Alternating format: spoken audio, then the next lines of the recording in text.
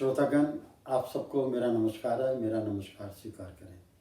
मैं आपका अभिनंदन करता हूँ, अभिवादन करता हूँ। मैं आज आपको सिर्फ 5 मिनट में एक इंग्लिश की पोएम सुनाऊंगा। मैं प्रोफेसर ताश गुप्ता और इस समय retired professor and head department of zoology, Kurukshetra university, Kurukshetra, Haryana. और आजकल मैं अपना रिटायर्ड जीवन व्यतीत कर रहा हूँ और उसमें मैं हिंदी और इंग्लिश में पोइट्री की बुक्स लिखता हूँ। और ये जो मैं आज आपको अब दिखा रहा हूँ, ये एक पहली बुक है इन इंग्लिश पोइट्री और मैंने इसका नाम रखा है कॉन्फ्लुएंस ऑफ फ्लावर्स। इसमें तकरीबन जो मैं देखूँ यहाँ तो 38 पोइम्स हैं। और इस समय जो मैं आपको यहाँ जो कविता पाठ करूँगा मैं, वो पोएम सबसे लास्ट में है, 27th है। और इस कविता के जो हेडिंग है वो है this is mid October in India. This is mid October in India. इसका बैकग्राउंड एक सिर्फ आधा मिनट लेते हुए, मेरी डॉटर यूनाइटेड स्टेट्स में मैसाचुसेट्स स्टेट में नौकरी करती है। वहाँ से उसने मेरे को वहाँ से उसने मेरे को टेलीफोन पर बताया और कहने लगी, पापा मेरे को कुछ लिख के भेजो इंग्लिश या हिंदी में, आज हमारे यहाँ फंक्शन है। और मैंने फंक्शन में मेरे को उन्होंने कहा है कि आपने यहाँ थोड़ी प्रेजेंटेशन देनी है। तो उस प्रेजेंटेशन में मैं उस समय जब उसका फ़ोन आया सुबह, उस समय मैं अपने न्यूज़पेपर पढ़ रहा था अपने घर कुरुक्षेत्र सेक्टर 3 में। और सुबह अर्ली इन द मॉर्निंग, अभी तो सितारे तक चमके हुए थे, तब मैं वहाँ बैठा हुआ। तो इस कविता में जो इंग्लिशी कविता है this is mid October in India, इसमें ये दर्शाया गया है कि सुबह जब कवि जो है, पोइट जो है, अपने घर के बाहर बैठ के, जहाँ चारों तरफ बहुत अच्छी तरह से पेड़ पौधे हैं, तो वहाँ कैसा वातावरण है। और अक्टूबर के अंदर वो अगर शहर में जाता है तो उसको शहर में कैसा वातावरण दिखाई देता है। या वो दिन में दोपहर को अपने लॉन में जामुन के पेड़ के नीचे बैठ के पढ़ता है, किताबें पढ़ता है, तो कैसा लगता है। ये सब चीज़ें इसमें दी गई हैं।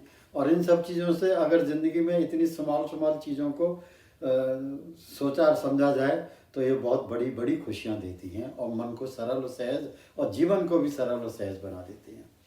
तो मैं अभी शुभारंभ करता हूँ। और सबसे पहला स्टेंजा है, कवि बोलता है, कहता है, get up early in the morning, get up early in the morning when it is still semi dark, dawn is yet veiled unmasked, the heartening brilliant blue sky canvas is lit with stars, this is mid October in India. अब आगे कभी बोलता है, ripples of slow winds are cool, ripples of slow winds are cool, there is no more heat of hot waves, pleasant facade of weather, is it dawn of winter season? This is mid-October in India. While sipping tea over an interaction with newspapers, pedestal fan is not rubbing its blades. वो कभी ये कह रहा है कि जो रोज मैं पंखा अपने सामने लगा लेता था अखबार पढ़ते हुए, अब वो पंखा लगाना नहीं पड़ता क्योंकि मिड अक्टूबर है। तो कहता है, while sipping tea over an interaction with newspapers, pedestal fan is not rubbing its blades. This quietness promotes deeper insight into the newspapers. This is mid-October in India. Enjoy the shade of canopied garden trees. Relatively fast currents of air sweep past your face.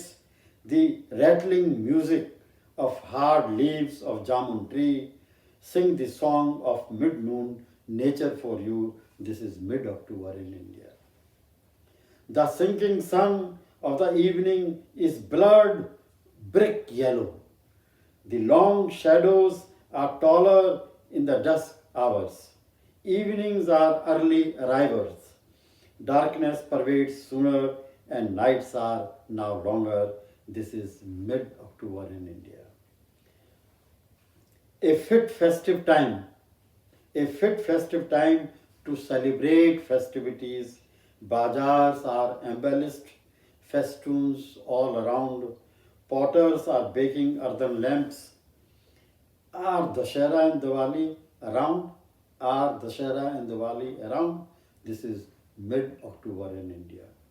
Last में जाए, ancient cultures prevail. अब poet ये कह रहा है जो देखता है कभी दिवाली दशहरा नज़दीक है, लोग क्या कर रहे हैं, क्या हो रहा है, तो फिर वो कहता है ancient culture prevails, rituals and ethics soaked in deep human love and affection, fraternity, mutual faith, celebrate humanity's global equity. Sweets and gifts are lost in the seats of cars and sedans. Are Dashera and Diwali around the corner? This is mid-October in India. Thank you so much. ये English में कविता पाठ करके अब मैं एक चीज़ बताना मेरा मन करता है कि मैं आपसे शेयर करूं। जब मैं स्कूल में पढ़ता था तो मेरे जो हेडमास्टर थे वो इंग्लिश के टीचर थे, सरदार बख्शी सिंह। वो पंजाब में लुधियाना के समराला गांव से थे। तो जब वो पोइम पढ़ाया करते तो वो स्कूल के मैदान में सर्दियों में बैठा लेते थे और शुरू हो जाते थे।